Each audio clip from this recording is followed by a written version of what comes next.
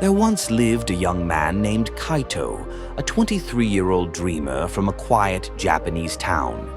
He wanted to achieve everything, to learn, to create, to become someone great. But every morning his dreams lost the battle against his pillow. Days blurred into nights. "Tomorrow," he whispered each evening, "I'll start tomorrow." But tomorrow never came. One evening, while wandering near the old bamboo forest outside the village, he met an elderly craftsman named Master Hiroto, known for carving wooden sculptures so perfect they seemed to breathe. Kaito watched him work, slowly, deliberately, one stroke at a time. It was mesmerizing. The old man didn't rush, didn't look distracted, didn't check his phone or sigh with boredom. He was completely there, in the moment, calm, steady, alive. Finally, Kaito spoke. "How do you sit for hours doing the same thing without getting tired?" The old man smiled, his wrinkled hands still carving.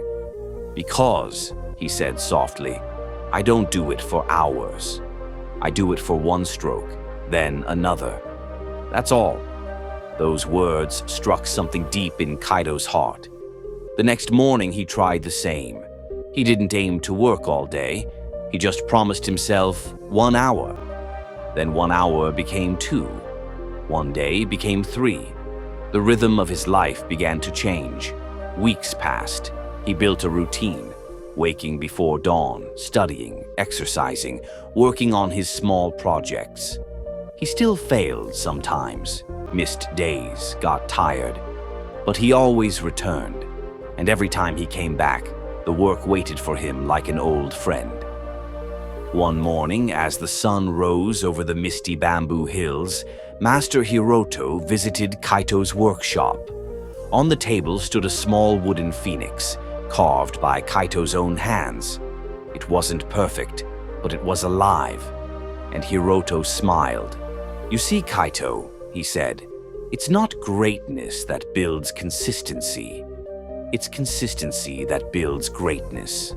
Months later, Kaito became known across villages, not for his talent, but for his discipline.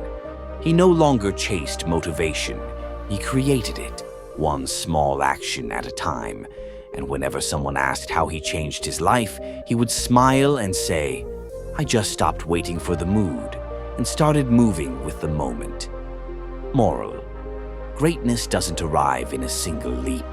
It grows in quiet repetition, one sunrise, one effort, one honest hour at a time.